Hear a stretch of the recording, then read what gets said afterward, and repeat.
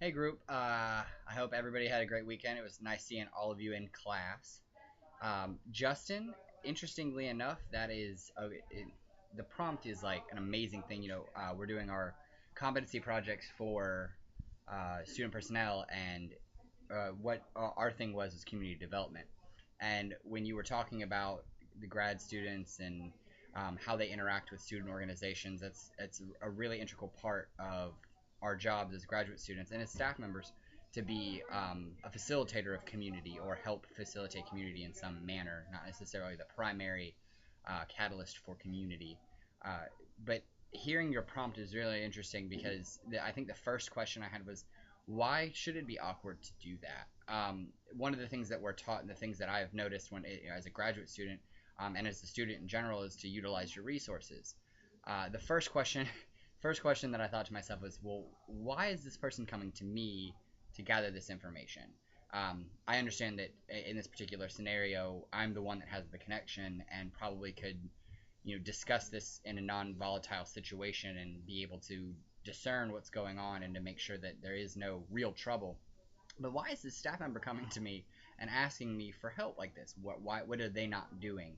I know that you expressed or you talked to us about the idea that there's a disconnect between staff and members of an organization, and I'm really glad that you could see the difference between just the staff doesn't understand the students, but the students also don't know how to disseminate that information to a staff member, because I see that every day. And I know when I work with my hall council it can be kind of difficult because I'm like, oh my gosh, I don't really want to tell them no, but I know the reasons that they may not know, and they may be trying to do something that I don't know, and that disconnect is something that I really reflected on myself. But to the point, I think if a staff member came to me, assuming this is a staff member that's fully professional, maybe not a graduate student, um, the first thing I would do is ask questions. I would ask why. Why are you coming to me? Why me first, and then what is your perceived problem? What is the issue that you're trying to understand?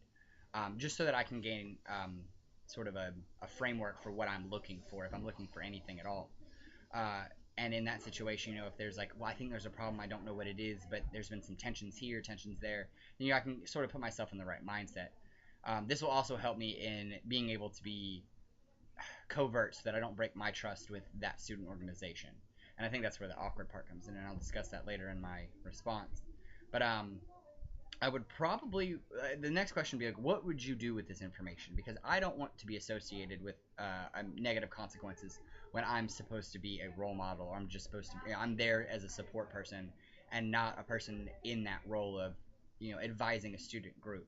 So I don't want to be blamed for any negative actions that may come about in you know um, acquiring this information. So I'm really going to delve into that whole, what are you going to do with this information? How are you going to use it? And how can we effectively fix this problem without it being a blame game? Oh, well, Matt decided to tell on me. That's great. Because that really breaks a lot of trust between not only myself and the student org, but the staff member and the student org. Um, and then I really want to know, like, well, after you have the information, how are you going to handle this situation? Because if it's not done with tact, it can really ruin reputations and trust that you can't really regain. And that's the community development section of this. I was like, if you ruin the community, you no longer have an organization. And in that, you searched for a problem that may or may not have existed that you could have handled on your own and asked questions to the students themselves. And now we've just made a huge problem, and that doesn't really help. So I think I would make a choice. So if my choice was yes, I would gather the information or use the information I had to go to a student event, and I would observe. I would act in my normal capacity and hang out and do what I got to do, pay attention. I would ask a lot of questions to the student organizations, like, what's been going on? I've heard some things, just to see if I can maybe fish for some information. Because if I have that relationship, maybe they'll feel more comfortable talking to me about it. And I'll see what I can do to help. Since I've already been asked to help the staff member help, I'm not just going to be like, hey, let me ask a bunch of questions and then do nothing about it. I'm going to see what I can do to help.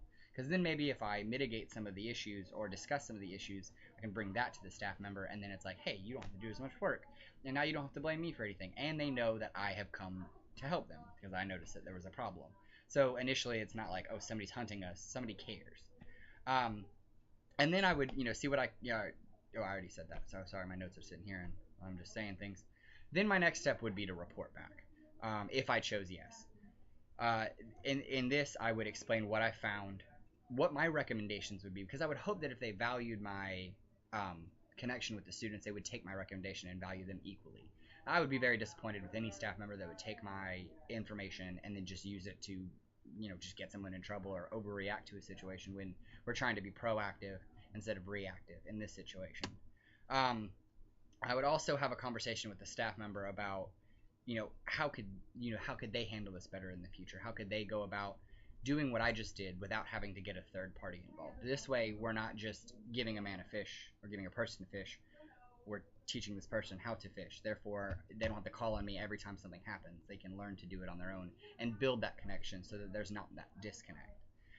If I and then I would of course follow up. A couple days later, after I know a conversation's been had or a meeting's been had, I would definitely follow up with a staff member to see where everything's going. What else can I do? I would also follow up with the student organization and maybe give a little bit of transparency and let them know, hey, listen, I was approached by your staff member and I just wanted to help and just see if we can go about that, depending on how the situation goes, of course. Because if it goes to a volatile situation, it's just like, oh crap, now I have to do damage control. So hoping, all tragedies aside, I would hope that this would be the ideal solution and the ideal way to do things. If I ended up saying no to the staff member, I would explain why. Listen, I have a relationship with the student organization. I don't want to break those connections. I don't want to jeopardize myself or the student organization or the trust they have in me, because if in at anything else, I can help you help them. And that way, it's not like this. Oh, you have a spy. Great. I thought he was my friend. It's definitely a let me help you do that. Of course, hopefully I wouldn't be taking on too much, but whatever I could. And I would and if I really didn't feel comfortable, I'd be very honest about that, because honesty is key in this situation. And having that conversation, I don't always feel as awkward, just because I've in my past, honesty has always been the best solution. Not the easiest one, but definitely the best. And so I would be straight up with the staff member and be like, listen, I understand that I have this connection that you don't have. Let's work on building a connection. What can you do to help?